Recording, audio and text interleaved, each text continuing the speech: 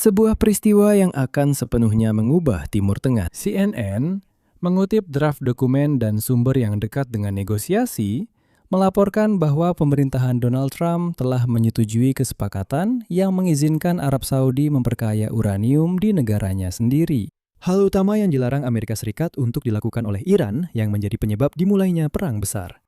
Dokumennya sudah siap dan hanya menunggu tanda tangan presiden. Jadi, secara formal bukan tentang Amerika yang akan membawa bom nuklir jadi ke Arab Saudi atau memberi izin untuk memproduksinya. Ini tentang izin untuk memperkaya uranium, yaitu teknologi yang dibutuhkan baik untuk energi nuklir sipil maupun jika diinginkan untuk membuat senjata nuklir. Inilah persimpangan yang selama bertahun-tahun dunia coba tutup untuk negara-negara lain, terutama untuk Iran. Dan inilah mengapa ini adalah berita besar. Selama ini, Amerika Serikat secara tegas melarang mitra-mitranya memperkaya uranium di wilayah mereka sendiri. Arab Saudi mungkin akan menjadi pengecualian pertama. Dan pengayaan uranium pada dasarnya adalah kunci yang membuka pintu baik untuk energi nuklir sipil maupun bom atom. Artinya, siapapun yang menguasai pengayaan uranium hanya selangkah lagi untuk memiliki senjata nuklir. Dalam episode ini, saya akan menjelaskan semuanya secara berurutan. Apa sebenarnya kesepakatan ini, bagaimana proses panjang menuju ke sana selama bertahun-tahun, mengapa Israel terlibat dalam semua ini, dan bagaimana hal ini akan mengubah keseimbangan kekuatan di Timur Tengah. Dan bagaimana tanggapan Iran terhadap hal ini, negara yang sedang diperangi Amerika saat ini demi memerangi program nuklirnya. Nama saya Alexei Peci. Mari kita bahas topik ini bersama-sama. Tapi sebelum kita mulai, saya minta Anda untuk berlangganan saluran ini. Kita sedang menuju angka 300.000 pelanggan, jadi saya akan sangat berterima kasih untuk itu, atas dukungan Anda dengan berlangganan. Jadi, mari di awal kita pahami dulu istilah-istilahnya. Karena tanpa itu, kita bisa bingung dengan seluruh cerita ini. Jadi, ada sesuatu yang disebut Perjanjian 123. Namanya memang membosankan, tapi intinya sangat penting. Ini adalah bagian 123 dari Undang-Undang Energi Atom Amerika tahun 1954. Inilah yang mengatur semua kerjasama Amerika Serikat dengan negara lain di bidang nuklir sipil. Jika Amerika ingin mentransfer teknologi nuklir, material, atau membantu membangun pembangkit listrik tenaga nuklir di suatu negara, mereka wajib membuat Perjanjian 123 dengan negara tersebut. Tanpa perjanjian ini, semuanya tidak mungkin dilakukan. Dan yang paling utama dalam perjanjian-perjanjian ini adalah Amerika Serikat selalu menuntut mitranya untuk tidak melakukan pengayaan uranium dan pemrosesan plutonium di wilayah mereka sendiri. Hal ini disebut sebagai standar emas dalam non-proliferasi senjata nuklir. Jadi logikanya sederhana, kalau kamu tidak bisa memperkaya uranium sendiri, kamu tidak akan pernah bisa diam-diam membuat bom. Dan kamu akan membeli bahan bakar untuk pembangkit listrik tenaga nuklir di pasar dunia di bawah pengawasan IAEA. Singkatnya, kamu punya pembangkit listrik tenaga nuklir, punya teknologi nuklir, tapi semua uranium kamu beli. Tidak bisa memperkaya sendiri, dan bahan bakar nuklir bekasnya kamu kembalikan lagi ke mereka yang menjualnya kepadamu. Dan memang dengan syarat seperti itu, pada tahun 2009, Perjanjian 123 seperti itu ditandatangani. Misalnya, dengan negara tetangga Uni Emirat Arab. Keduanya berjanji untuk tidak memperkaya uranium. Dan disinilah titik baliknya terjadi. Jadi, menurut data CNN, kesepakatan dengan Arab Saudi ini melanggar standar emas tersebut. Riyadh, berdasarkan draft dokumen, mereka akan diizinkan memperkaya uranium di wilayah mereka sendiri. Dan ini sudah mengakali mekanisme pengawasan internasional yang memang dibuat untuk mencegah penyebaran senjata nuklir di seluruh dunia. Secara formal, kesepakatan ini terdiri dari dua bagian. Perjanjian 123 tentang kerjasama damai, ditambah perjanjian wajib tentang pengamanan nuklir, yaitu tentang pemeriksaan. Tapi inti masalahnya adalah bahwa Saudi diberikan akses untuk pengayaan uranium. Dan inilah teknologi yang sangat berbahaya itu. Ada satu detail penting lagi, supaya jelas, Perjanjian 123 itu sendiri bukanlah izin final untuk benar-benar memiliki senjata nuklir. Agar tidak bingung, ini adalah kerangka hukum dasar yang memungkinkan perusahaan atau pemerintah Amerika untuk mentransfer bahan dan teknologi nuklir ke Arab Saudi untuk program nuklir sipil mereka. Dan setiap transfer teknologi sensitif secara spesifik akan melalui pemeriksaan terpisah, sesuai dengan perjanjian 123 ini. Namun, fakta bahwa Riyadh pada dasarnya diizinkan untuk memperkaya uranium itu sendiri sudah merupakan perubahan besar dari seluruh kebijakan Amerika sebelumnya. Agar lebih jelas, ini bukanlah kesepakatan yang tiba-tiba jatuh dari langit kemarin. Tidak, kesepakatan ini telah dikembangkan selama lebih dari 15 tahun dan ada baiknya menelusuri seluruh rangkaiannya. Maka akan jelas mengapa momen ini dipilih sekarang. Semuanya dimulai pada tahun 2008 yang lalu. Saat itu, Amerika Serikat dan Arab Saudi menandatangani memorandum niat pertama untuk bekerja sama di bidang nuklir, kedokteran, industri, dan produksi listrik. Bahkan dalam dokumen tersebut, pihak Saudi sendiri menulis bahwa mereka berniat membeli bahan bakar nuklir di pasar dan tidak akan memperkaya uranium di dalam negeri. Pada tahun 2017, Kerajaan Arab Saudi mengesahkan Proyek Nasional Energi Atom, yaitu rencana untuk membangun reaktor besar dan kecil untuk menghasilkan listrik dan desalinasi air laut. Negara gurun yang hidup dari minyak memiliki penjelasan yang logis, yaitu mereka perlu menghemat minyak untuk ekspor untuk mendapatkan uang. Dan kebutuhan energi serta air minum dalam negeri bisa dipenuhi dengan energi nuklir sipil. Jadi, membangun pembangkit listrik tenaga nuklir dan mendapatkan energi dari sana bukan menghabiskan semua minyak untuk itu. Namun semakin lama, semakin jelas bahwa Saudi tidak hanya menginginkan pembangkit listrik tenaga nuklir, tetapi juga hak untuk memperkaya uranium sendiri. Dan disinilah muncul kalimat kunci yang telah diulang oleh putra mahkota Muhammad bin Salman, yang pada dasarnya adalah penguasa kerajaan selama beberapa tahun terakhir. Dia secara terbuka menyatakan bahwa jika Iran mendapatkan senjata nuklir, Arab Saudi juga akan mengejar kemampuan yang sama. Kutipannya, "Jika mereka mendapatkan bom atom, kami juga harus memilikinya." Itulah inti permasalahannya. Orang-orang Saudi melihat pesaing utama mereka di kawasan, yaitu Iran, dan mereka tidak ingin tetap tak bersenjata di bawah kepemimpinan Presiden Amerika Serikat sebelumnya, Joe Biden. Dan semua ini adalah bagian dari rencana besar tiga pihak. Arab Saudi secara resmi harus mengakui Israel dan menjalin hubungan diplomatik dengannya. Sebagai imbalannya, mereka mendapatkan jaminan keamanan dan bantuan dari Amerika Serikat untuk program nuklir mereka. Saat itu masih di tahun 2024.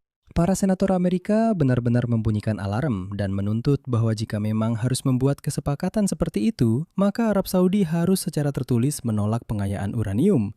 Jika tidak, hal itu akan merusak seluruh sistem pengendalian senjata dunia. Pada masa Donald Trump pada Oktober 2025, Menteri Energi AS Chris Reid mengumumkan bahwa negosiasi telah selesai. Selanjutnya, kutipannya. Kami telah mencapai kesepakatan tentang kerjasama nuklir damai bersama dengan perjanjian bilateral tentang jaminan. Kami ingin mengembangkan kemitraan, membawa teknologi nuklir Amerika ke Arab Saudi, dan tetap berkomitmen kuat pada non-proliferasi. Dan seperti yang diklaim oleh sumber-sumber saat ini, teks perjanjian tersebut telah sepenuhnya disepakati sejak Oktober 2025. Dan sejak saat itu, dokumen tersebut hanya menunggu tanda tangan Donald Trump. Dan di sini pertanyaan utamanya adalah, mengapa Donald Trump sampai sekarang belum menandatangani perjanjian ini dengan Arab Saudi? Nah, disinilah bagian yang paling menarik. Alasan yang disebutkan oleh CNN. Secara paradoks, Trump seolah-olah menjebak dirinya sendiri di sini. Trump saat ini sedang berperang dengan Iran, dan dia membenarkan perang ini dengan satu argumen utama. Katanya Iran tidak boleh diizinkan memperkaya uranium karena itu adalah jalan menuju bom nuklir. Artinya Amerika membom pabrik-pabrik Iran dengan dalih untuk menghentikan pengayaan uranium Iran. Dan pada saat yang sama, menandatangani membuat dokumen yang mengizinkan Arab Saudi melakukan pengayaan uranium yang sama. Tapi ini benar-benar standar ganda. Artinya, dengan satu tangan kamu membom Iran karena pengayaan uranium, sementara dengan tangan lainnya, kamu mengizinkan hal yang sama persis kepada monarki tetangganya. Dan dengan tangan lainnya, kamu mengizinkan hal yang sama persis kepada monarki tetangganya.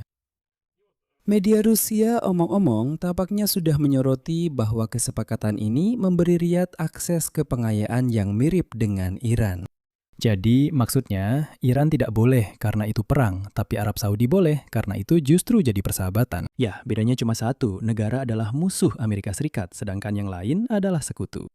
Alasan kedua keterlambatan adalah Kongres. Kongres Amerika Serikat. Karena menurut undang-undang, setelah ditandatangani, Gedung Putih wajib mengirimkan kesepakatan ini ke Kongres selama 90 hari untuk ditinjau. Dan di sanalah kesepakatan itu bisa terhambat. Kongres IS memiliki hak untuk mengeluarkan resolusi bersama penolakan dan memblokir kesepakatan ini. Dan di Kongres, gagasan untuk memberikan izin pengayaan uranium kepada Saudi disambut dengan sangat hati-hati, baik dari Partai Republik maupun Demokrat. Jadi, untuk saat ini kesepakatan masih menggantung. Artinya, sudah disetujui tapi belum dijalankan. Trump sepertinya sedang menunggu momen politik yang tepat, misalnya kekalahan Iran atau berakhirnya perang dengan cara apapun. Tapi, seperti yang sudah saya katakan di awal, seluruh cerita ini juga melibatkan Israel. Karena ada hadiah juga untuk Israel di sini. Ini adalah normalisasi hubungan antara Arab Saudi dan Israel. Saya akan jelaskan apa artinya ini. Arab Saudi, penjaga situs suci utama Islam, secara resmi tidak mengakui Israel dan tidak memiliki hubungan diplomatik dengannya. Jika Riyadh secara resmi mengakui Israel, itu akan menjadi terobosan bersejarah. Karena jika Arab Saudi melakukannya, seluruh dunia Arab dan Muslim akan mengikutinya. Ini adalah kelanjutan dari apa yang disebut sebagai Perjanjian Abraham, yaitu serangkaian perjanjian tahun 2020 di mana Israel menjalin hubungan dengan Uni Emirat Arab, Bahrain, Maroko, dan Sudan. Yang keempat adalah Sudan. Bagi Israel, pengakuan dari Arab Saudi adalah tujuan utama selama puluhan tahun. Arab Saudi tahu bahwa mereka bisa bernegosiasi soal ini, dan itulah yang mereka lakukan. Dan disinilah muncul skema pertukaran. Artinya, Amerika Serikat memberikan program nuklir dan jaminan keamanan kepada Arab Saudi. Sebagai gantinya, Arab Saudi mengakui Israel. Dan Israel mendapatkan perdamaian bersejarah dengan pemimpin dunia Arab. Tapi di sini muncul dilema yang sulit bagi Israel sendiri. Karena di satu sisi, Israel sangat menginginkan pengakuan dari Arab Saudi. Namun di sisi lain, Israel sangat tidak suka bahwa harga dari pengakuan itu adalah program nuklir dengan pengayaan uranium yang berada sangat dekat. Karena teknologi pengayaan, saya ulangi sekali lagi, adalah jalan menuju bom nuklir. Dan doktrin militer Israel selama puluhan tahun dibangun atas dasar bahwa Israel adalah satu-satunya negara nuklir di kawasan tersebut. Dan tidak ada negara lain di Timur Tengah yang boleh memiliki senjata nuklir.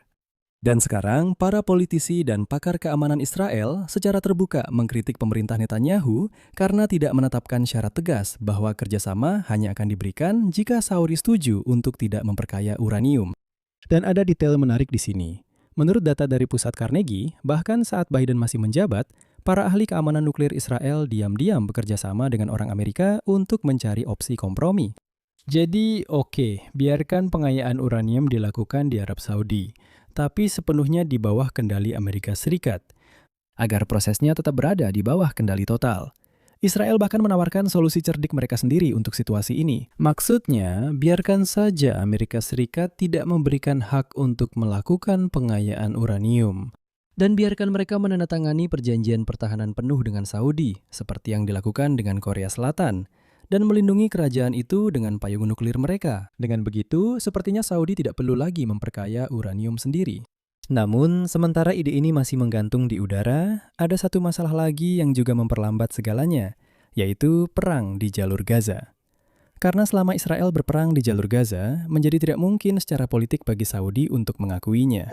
Opini publik Arab sangat menentang, dan bagi Muhammad bin Salman, ini adalah ancaman dari dalam negeri. Jadi, seluruh skema, yaitu program nuklir sebagai imbalan pengakuan terhadap Israel, sekarang terhambat, tepat karena masalah Palestina.